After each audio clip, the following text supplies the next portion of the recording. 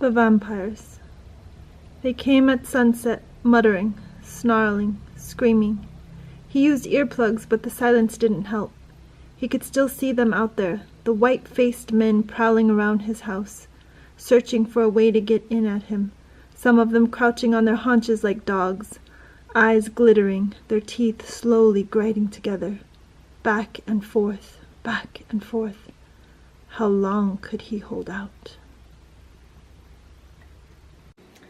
Hi friends, welcome back to Cammy's Corner and the first installment of Harrowing Horror. I am so excited you decided to join me on this read along and read through. Now these videos are intended to be discussion videos. We're going to be digging into the book, not only reviewing it but discussing it, not in great detail, but I would like to, definitely cover some valid points. I don't want to just do a very vague review of the book. And in addition to that, if there was any movie or movies, like in this case, that were adapted from the book, then I definitely want to give those their fair light as well. So if you need to grab a cup of coffee or a cup of tea, something to munch on, whatever the case may be, get in the habit of doing that before you turn on these videos and watch them, so that way we can just dive right in and discuss them together. So without further ado, let's jump into I Am Legend by Richard Matheson. Now initially when I had introduced the book to you, I had showed you the version that I had on my shelves at the time. I told you that the book was 371 pages, which is in fact true. However, I Am Legend is not that long. It is only 170 pages of this particular version, and the rest is comprised of short stories by Richard Matheson. So if you happen to pick up this copy, you just got a bonus. But for myself, when I am looking at books that were written in the 1940s through, I would say, probably the early 1990s, I'm a little more inclined to look for an older version. And the reason for that is, as of late, I have seen where, and I'm not really sure who's responsible, if it's the author, if it's the publication company, a combination of both, but where books have been altered or changed to suit today's society, where words have either been changed or completely omitted, and things have become a little too politically correct. I am a firm believer in an artist's work, and if an author takes the time to write a story, we need to appreciate the era that it was written in. We need to stop getting so sensitive about when it was written or how it was written or how it depicts. If it's something personally that you don't like to read, like say you open up the pages and it honestly just revolts you in some way, then just stop reading it. Don't feel compelled to complain to the world or start a riot or a, petition on social media that the book needs to be banned. We need to give books their fair shot at other people being able to read them. So just because you formulate an opinion about the book does not necessarily mean that I'm going to agree with that, and vice versa. I might like something or love something that you hate. Either way, I'm here to give you my opinion. These videos are designed to be discussion videos. So we're going to dig in and we're going to get to the nitty-gritty of them. We're going to talk about some things that might be uncomfortable. I don't believe in trigger warnings. I'm going to be real frank with you on that. Horror books in and of itself have 1,000 triggers. So again, going on popular opinions, my idea of what a trigger warning might be might not necessarily be your idea. So I'm not even going to get into that. I think also that stifles creative vibes from an author, and I think that it's a very dangerous teetering on censorship. So I don't do that. So if you're looking for that, you're in the wrong place. But we'll definitely get into the nitty-gritty. So without further ado, let's jump in. So I have a ton of notes and I'm going to be referring to them. Hopefully I'll cover everything I wrote down. Probably not, because I never do. This book, I Am Legend by Richard Matheson, was published in 1954. It is written in a first-person point of view.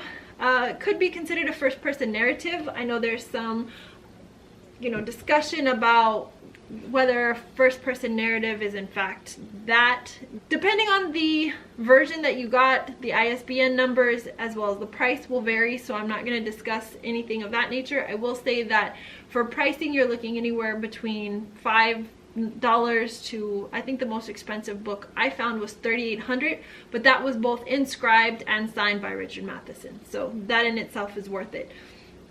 The writing style is very informal, but it is kind of written in a journal sense. You get a 4-part narrative where you start off in January of 1976 and we end in January of 1979. Now, there was a lot of feedback from you all that were reading along that felt that this was not a horror novel. Keep in mind, horror, just like any other subject, has subgenres. Horror happens to have 25 subgenres that I've been able to find thus far. So this would be considered science fiction horror. So you weren't wrong on that mark, which a lot of you said, I feel that it's kind of more science fiction than it is horror. So you're definitely on the mark there. Our place of origin for this book is LA. You hear a lot of references to Compton, Inglewood, also Santa Monica is mentioned in the book. So it definitely stays true to its region. Now, the only knowledge and understanding that I had of I Am Legend was Last Man on Earth, Vincent Price, the movie. I had never read the book prior to this read-along. So when I first initially had seen the movie, I had kind of a confusion as to where the director was taking it, because I felt the vampire vibe with the garlic and everything, but I also felt that these vampire-like creatures were very zombie-like. So I had to do a little bit of research regarding the characters. I always like to dig in a little bit before I actually start reading the book. That way I kind of know where the author's mindset was. This is not the first time that we've seen vampires in novels, obviously, even for its age. The first novelization of vampires or mention of them actually came in the form of poetry in about 1748, and that was by Heinrich Alsenfinder, and the poem was actually called The Vampire. For zombies came a little bit later. Now, the first actual novelization of zombies was in 1929 by W.B. Seabrook in a novel called Magic Island. But H.P. Lovecraft really gets the credit for how we view zombies in society today, as far as the depictions on movies and so forth. In this particular book, though, you really get the vampire feel. Even though you might, if you've seen Last Man on Earth, you might have that vision in your head. This is really all about vampires.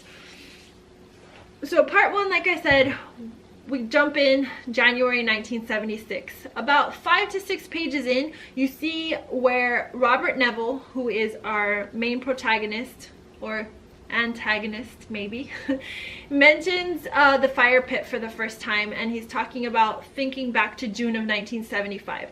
So already we get a feel that he's been at this for about 8 months. So just kind of a timeline I'm trying to put together as far as where he started and where he ends. So in part 1, we have introduction of a character. We have Robert Neville, who is essentially the last man on Earth. But is he alone? That's what we're trying to figure out. Is there anyone else out there that is in human form? We see a lot of battle with alcoholism and isolation. So, of course, if you're the last person on Earth, you're gonna have different ways of dealing with things. With our main character, Neville is dealing with the loss of a spouse as well as the loss of a child, in addition to the loss of humanity. Try and imagine yourself being the last person on Earth. You're going to, at some point, start to hear things and see things and kind of have that overwhelming feeling of madness. I almost get the sense of a manic depressant in Robert Neville, because after some time, silence is deafening and he has no one to interact with, no one to talk to. Really, in this story, we see a de-evolution of humanity. Even at some point with our main character, when he finally interacts with a human being for the first time in years, you start to also see in him the digression of even basic communicative skills. He loses the ability of basic emotions. He's very abrupt, very aggressive. But if you hadn't talked to someone yourself in 2 years, I mean, imagine it. Would you have the same animation and the same compassion, the same feelings of the conversation that you currently have now if you hadn't talked to anybody in that long? So we have to take all of that into account. Now, you do see in part 1 there is a lot more drinking, because I think at this point he's kind of just dealing with everything, the loss of not only his family, but realizing, man, this is my life day in and day out. He lives for going to sleep, and when he wakes up, it's automatic drudge and regret, why am I even living kind of thing. Now let's jump into part 2, because part 2 is where we start to kind of get into the nitty-gritty of the story.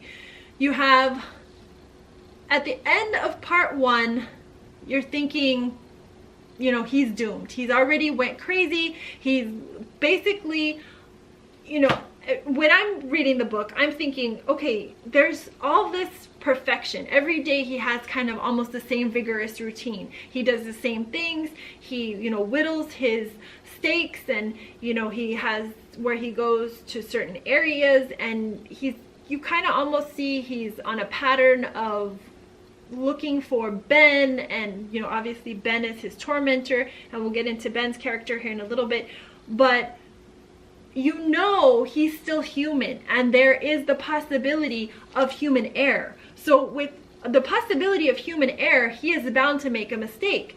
At the end of part 1, you see where he's taking those 2 girls to the fire pit, and as he's doing that, he leaves the garage door open. When he leaves the garage door open, you automatically start to feel those feelings of anxiety.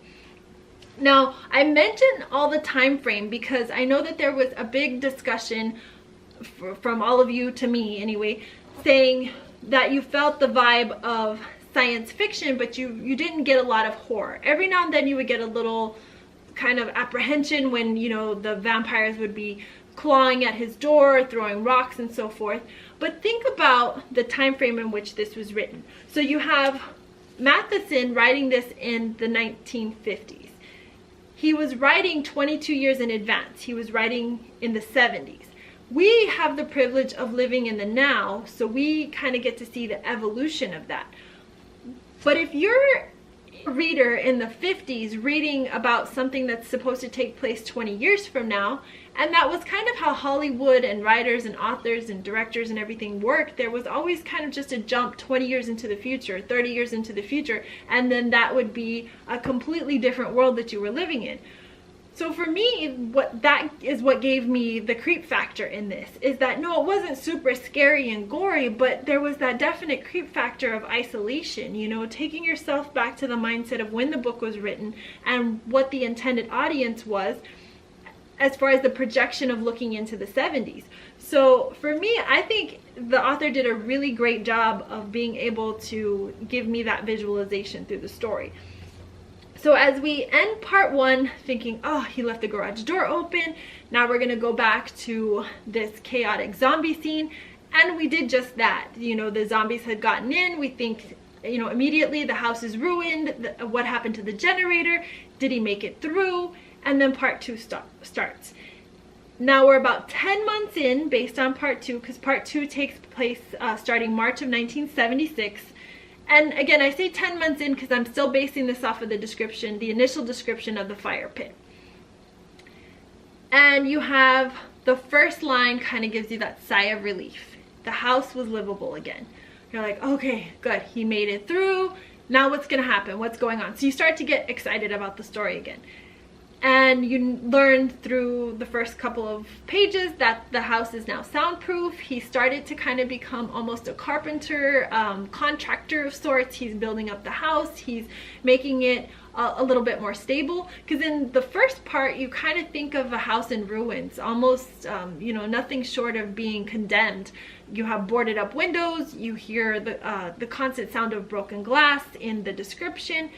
And now he's really making sure it's soundproof. He doesn't want to make that same mistake again. You also see that he gets a new car. And this for me was a really cool visual because, again, going back to the movie, you see that the cars, well, in The Last Man on Earth, you don't so much see that, but fast forward to 2007, the Will Smith version of that, he's able to pretty much just pick up any car and drive, and they work.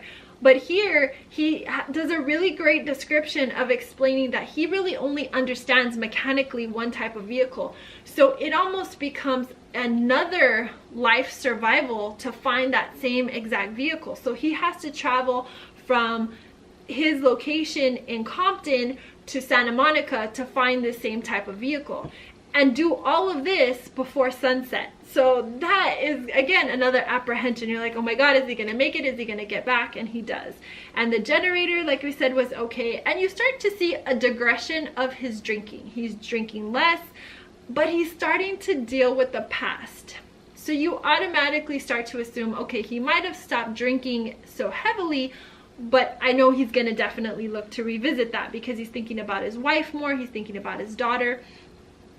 And the investigation, the curiosity, you know, where did these creatures come from? What are vampires? What am I dealing with? Now, we know from movie adaptations, we've seen Robert Neville, the scientist. But in this book, you kind of get the sense that maybe he just had a day job at a lab, because you do hear him mention lab quite a bit, but you don't really ever get a full explanation as to what he does, you know, or what he did, I should say. And he starts to really get very scientific, and then that's where you start to see the science aspect of this book. He's going to the library, he's studying biology, he's studying the genetics and how, you know, this whole system works, and how it maybe would affect the bloodline and the blood system. So you really start to get very technical for a good portion of this book. That part I loved in part 2. What I didn't so much appreciate in part 2 was the backstory. I don't really feel that it was necessary to go back and actually discuss where his wife, Virginia, kind of started to come to terms with the fact that she was ill. And you don't really see a lot of discussion with Kathy, other than, which is his daughter, you know, other than the fact that she got sick and that he had to throw her into the fire. But what I found very ironic is the fact that he had no qualms with throwing his daughter into the fire, but he could not bear the fact of throwing his wife into the fire. Now, maybe that was because of the sudden loss of the daughter. You know, he's just like, I'm not doing this again. But that's never really verbalized. It's just not getting burned, you're getting buried. So we see that, you know, he does end up burying his wife, and she comes back to life. So this is the first time you also see kind of a zombie-like connection. So, you know, for me, I am still kind of getting the best of both worlds. So I can see now where modern day directors and authors can kind of feed off of stories like this and create their own imagery and their own types of characters. So in part 2, we have the introduction of the dog.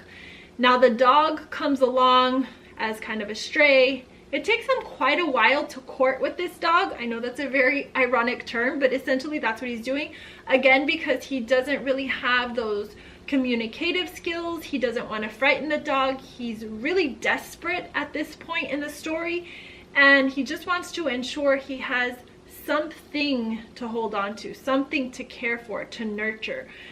And by the time he finally gets possession of this dog, it's really too late. The dog has been infected with the virus, and he just slowly watches the dog wither away within about a week of finally getting the dog. And that in itself is very sad, because you're rooting for not only the dog at this point to survive and to, you know, have gotten through all of that, but you're also rooting for Robert to have a connection. Okay, so part 3 is weird, but it really kind of just starts the story in a snowball effect. So we have the introduction of Ruth in part 3. We're about 3 years into the story, and Ruth, who is kind of under the understanding she's like I wouldn't call her high ranking, I would call her like kind of a top officer, only because she's a female. From the end of the book, we don't really see any other females discussed as being, you know, someone of officer stature. And she's part of this new society of living vampires These living vampires, they retain their intelligence, they retain their memories. However, they're still vampires. At the end of the day, they realize that they're infected. They know that they have this bacteria within them, and they're trying to compete with this bacteria for, you know, the survival of the fittest. In order to do that, they have to take these special pills. So Robert is out and he's doing one of his daily, you know, day-to-day things, looking for Ben as usual, and he spots her. He spots her in a field, in the open. He's mesmerized by the fact that she's in the sunlight and nothing's happening to her. So he approaches her. Of course, she gets scared. At least we think that's the case, but really she's kind of baiting him because she's sent there as a spy. And he finally convinces her to go back to the house, but we all know that this is a ploy, because in actuality that's exactly where she needed to get to have a real conversation with him about who he was and his past and what he knew about this virus. Because really, I think she was sent there to find out additional information to help the new society of these living vampires survive. If he had anything extra or additional to add on to this, then that would only help them grow stronger and enhance this pill that they were taking. Although I was kind of disappointed, we know as much scientific discussion that we have in this book, we never really discussed this pill, what it was, just the fact that it combated the bacteria or this germ that affected these people and made them non-human and vampiric, if you will. There is a discussion that I found very interesting between Ruth and Robert that takes place about all the different symbolisms that are kind of taboo for vampires. And they have a discussion about crosses. I never really looked into the background as far as where Matheson was religiously or spiritually in any respect, but they do have a very detailed conversation about the cross. And we all know, if you know anything about vampires, that the cross has always been a symbol of fear for vampires. They cower at the sight of a cross. But in this book, for the first time, you see a discussion about not all vampires cower at the cross. They are gravitating towards their own religious practices that they had when they were humans. Which makes you believe that despite the fact that the actual vampires that have complete loss of intelligence and memory still retain some of their memory. They still have part of their memory bank, which it's dead for the most part, because I mean, you even see that in the conversation that Ben Cortman has continuously with Robert. You know, all he basically does is just call him Neville, come with us, you know, you want to, you know, so it's more of a zombie-like conversation. But he says that, you know, in Ben's case, he didn't cower at the cross, but as soon as he put the Torah in front of him, then there was shame in, you know, who he was. So I thought that was a very interesting revelation. As far as the, you know, the relationship with Ruth, you kind of get the idea or the sense that maybe she's going to be normal and there's going to be some type of romantic involvement. And then she kills it in one line. She's sitting there and they're kind of cuddling, so to speak. And, you know, he's consoling her, he's stroking her hair. You have all of this descriptive. And then he's like, everything's going to be okay. And then she just blurts out, it's so unfair. Why are we still alive? Why? Why aren't we all dead? And it's like, can you just enjoy the moment, you know? Can you just be happy with where they are? Of course, we see later that she never really intended to be romantically involved with him. But man, for me as a reader, that just kind of killed it. I'm like, oh, geez, okay. So now let's get into part 4. So we kind of have this weird thing that happens at the end of part 3 where Ruth is having a conversation with Robert. We think that we're going to discover what she is. Well, we know we're going to discover what she is. Not we think, because he's going to test her blood. He told her, I can't be around you. I can't be under the same roof with you or even learn more about you if I don't know what you are, because you give off a lot of signs that you could possibly be a vampire. She has that wince with garlic. She gives off a lot of strange attributes that he finds very curious and very similar to the creatures he's been studying for so long. So he convinces her into studying her blood. She agrees. He takes a sample. As soon as he puts it under the microscope and has that revelation, he looks her in the eye, and immediately she clunks him over the head with a mallet, not once, not twice, but 3 times, so he's completely out. At the beginning of part 4, we have a letter from Ruth, and the letter is basically an apology and a warning. The letter states, you know, I'm sorry that I did this. However, you need to get out of here because they're coming for you. So that's the first glimpse that we have on this new society. We're not quite sure who they are. We just know something's coming. So again, the apprehensions for me are building up. Even though this is more of a sci-fi novel, I'm still getting those feelings of, you know, the horror jitters that I normally get. So part 4, of course, is the beginning of the end. We have the warning letter that he's trying to kind of decipher and get through. And then you have, to me, what is a clear sign of the end. This entire novel, Robert is chasing, or being chased in both regards, Ben Cortman. Now, Ben used to be his neighbor, also his co-worker. They used to ride to work together, you know, have conversations, and they were really friends in, you know, normal human life. Ben and his wife both unfortunately fall prey to this vampirus bacillus, as Robert calls it, and the entire novel, Ben is seeking Robert. He wants to bring him over to their side.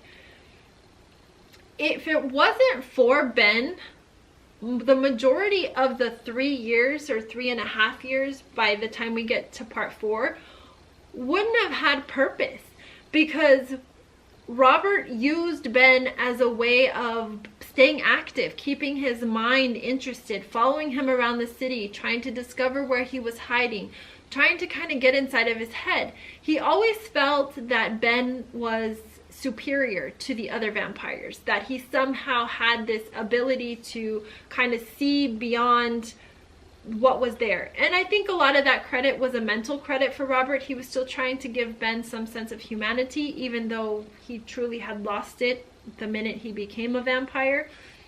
And as this new society is kind of coming in and they're getting ready to attack and take Robert prisoner, you see them kill Ben. And as soon as that happens, you kind of see Robert just say, okay, I know the end is coming, because he doesn't want Ben to die that way. He doesn't want to see him ravaged and torn apart by these people. He wants to give him a humane death, which is very interesting because he's had opportunities for 3.5 years to give him a humane death. But part of keeping Ben alive is keeping himself alive. So he never does it. And to watch him be not only shot and then ravaged, that was kind of his own knowledge or acknowledgement of saying, my end is near, so just prepare for this. Now, there is a conversation that Ruth has with Robert when he's captured. He's captured by this new society, and he wakes up kind of incoherent, almost coming out of like a comatose state. And Ruth is looking over him, and this is where you kind of see the last human traces in Ruth, even though we know all along she's not human. She's part vampire. And she's kind of expressing to Robert, you know, maybe there wasn't a considerable difference between us and you, or them and you. And he's like, I don't understand what you're talking about, you know, and she goes on to say, you know, that the new society that they're creating is primitive, because he refers to them often as gangsters, you know, very unruly, savage-like beasts and creatures, and he doesn't understand the nature of their violence. And then she stops and she has him really think. She's like, how is our violence any different than yours? To which he reverts back to her, well, have you noticed they smile when they kill? And then she asks him a very interesting rhetorical question. Well, what makes you think you didn't smile when you were killing them? And it really makes you think, you know, because he kind of at some point succumbs to this level of id. He doesn't want to live. He's just surviving and getting through the next day. We've seen him at his lowest. We've seen him kind of rebuild. And now we see him again just completely ravaged and torn. And she's just assessing this out with him. You know, every society, their whole purpose is to start off violent, to kind of recreate, shake up and restructure their idea of what society should be. And this is just the beginning. So yeah, we're primitive now, but eventually we'll be normal and you won't be here to see it. So she then reaches into her bosom and she takes out these pills and she, you know, very under the radar, under the table, so to speak, hands them to him, and she said, "This is the last thing I know to do for you. Take them so the suffering won't be so great." And the whole time she has this very sinister smile that he keeps referencing to. So you kind of see that no matter what kind of human qualities or human traits she has, at the end of the day, she's still a monster. But that begs the question, and why I said at the beginning, well, maybe our protagonist was really the antagonist all along, because truthfully, how is Robert Neville any different? He too himself was primitive. He, you know, granted, he was in his mind trying to save them, in essence of saving himself, but he's not anything special. He doesn't have this cure that he talks about. I mean, he was just figuring the whole thing out. He really didn't have an underlying way to save humanity or to bring these vampires back to a human state. So he closes it out by kind of, you know, just making that realization. And as he's coming to, and, you know, as the story says, you know, he's laughing kind of through his blood, and he ingests the pills. And as he ingests the pills, he kind of goes into the black, the darkness of his mind. As he's looking out over the new society, he's kind of making that realization, you know, I did what I could, and I don't belong to the vampires. I don't belong to these new society, and there's no more of me left. So there's nowhere where I belong. There's nowhere for me to go. They don't want me. They want me, but I don't want to be with them, the vampires, the real vampires. So I'm just gonna leave on the notion that I'm a legend. And how cool is that? I mean, really, to go out and just, you know, guns a-blazing, I guess, so to speak. You don't really see that, but you do see it figuratively.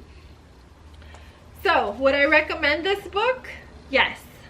On a star rating, I'm going to start on a star rating for this series.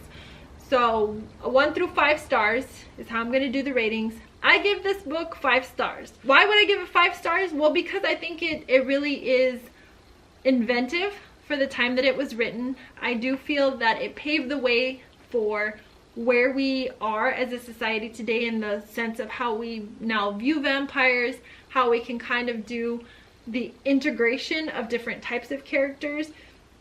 And I think that this is really appealing to several different genre readers. You know, you have your sci-fi readers, you have those that enjoy vampires, also those that enjoy the apocalyptic type feel. So definitely recommend this book, 5 stars. Now let's talk about the movies. Can you guess which one I'm rooting for? So the first movie I'm going to talk about is the 1964 Last Man on Earth. And I won't go into great detail about all of these movies. Just as a movie lover myself, if a movie is based off of a book, I like to know that these movies exist. And I can just about guarantee that one of these movies that I'm going to mention, you've either never heard of or you had no idea that it was related to this book. But let's dive into the first one. So this is the man, the myth, the legend, Vincent Price. This movie was made in 1964, and immediately you jump into a time. Vincent, in one of the very first scenes, looks at a calendar, and you see that the year is 1965, and he immediately vocalizes that he's been at this for 3 years.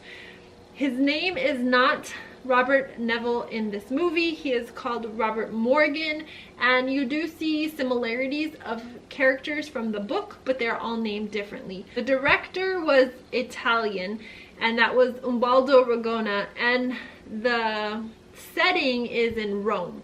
So the filming was all done there. It's in black and white. I think for me it gives it a total creep factor as far as adding some eeriness to the movie.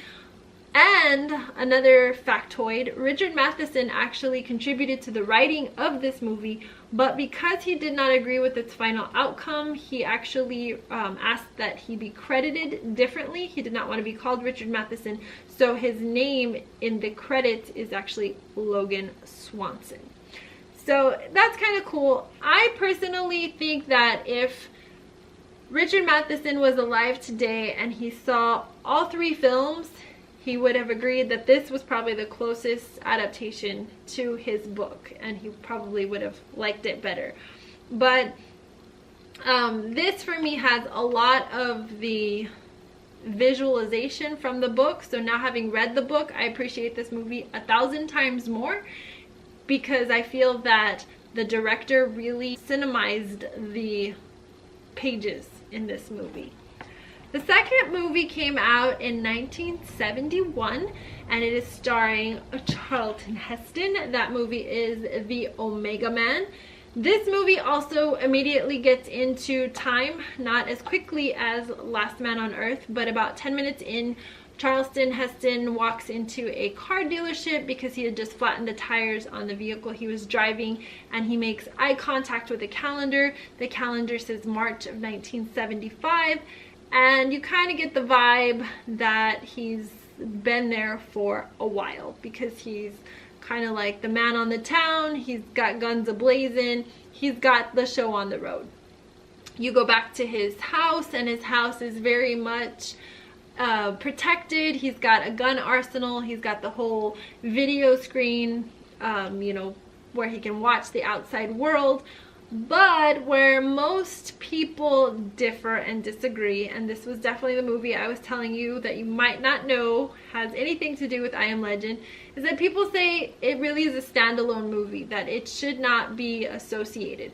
I think sometimes as book readers, we go into a movie with the understanding that it was based on a book, and we immediately start to critique the movie because it's missing elements from the book. However, sometimes I feel that a creative vision is just a mirror of the actual material itself. That the author didn't go in with the notion that they were going to create verbatim the book that they just wrote. So I feel that in this particular case, Boris Sagal read the book and decided, I'm going to make a movie based off of ideas and concepts that I pulled from the book, but he still made it very much his own sci-fi movie. And this is a sci-fi movie. It is not a horror movie, although there's some, you know, cult-like references to what would be considered horror, but it's a standalone movie. There are close relations to the book, but it's definitely not 100% the story. But our character is Robert Neville, so I mean that was taken out of it. The last movie, which I'm sure we're all familiar with, is the 2007 I Am Legend. So this one in fact is a bold statement because it takes the exact title of the book as the movie, and furthermore it kind of twists the story a little bit. So being that they took the bold move, or I say they, but Francis Lawrence took the bold move of actually calling this movie I Am Legend and then completely changing the story, is a little interesting. But the public seems to be all about this movie and not so much about these.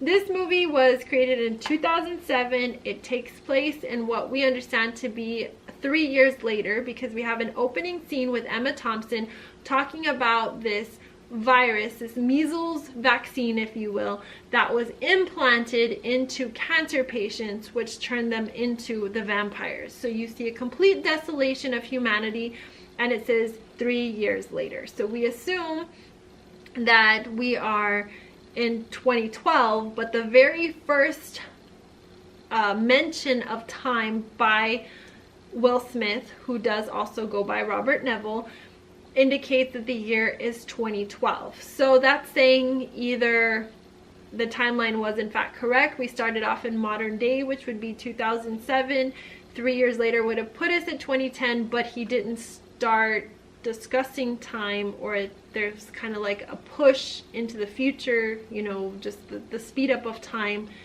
and he mentions 2012 as he's expressing in one of his video recordings.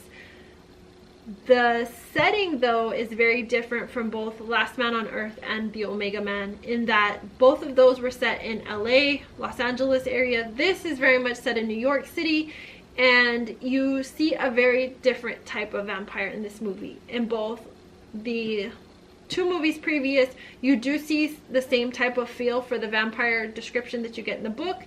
Here you see a much more CGI version. They don't have the ability to communicate. You don't see any zombie-like appearance to them or features with them. They're very aggressive. They have a great amount of strength and agility, and their main desire beyond their insatiable thirst is just to kill and destroy. So those are the movies. That's the book. Again, I give the book 5 stars. Definitely recommend it if you're into horror, vampires, or apocalyptic. I hope you've enjoyed this first installment of Harrowing Horror, and before I bid you adieu, let us pick the next book. And that book will be... Now, I have added titles since we last spoke. Last time we spoke, I had 20 books. I now have 36. Okay, so I got it. Let's see what it is. It's going to be... Ooh, this is a big book. Woo, okay. House of Leaves by Mark Z. There's no way you're going to see that. I'll up close it for you. House of Leaves by Mark Z. Danielewski. Ooh, my goodness. This is a big one. Okay, guys. So this is the book. Yeah, that's not... And this book, I'm going to tell you the pages, and that's not a lie, because there's not another version of this book. It is... But it has pictures. Ooh, okay, it's 662 pages. That's pretty. Okay, but we're in May. May has 31 days. So... the idea and the concept of this series is I'm going to release the film on the 30th of each month. I think my first one I'm going to be late, but I think we can do it. I think we can do 662 pages in the course of a month. So I'll see you back here on May 30th. House of Leaves, Mark Z. Danielewski. Until next time, take care. I'll see you soon.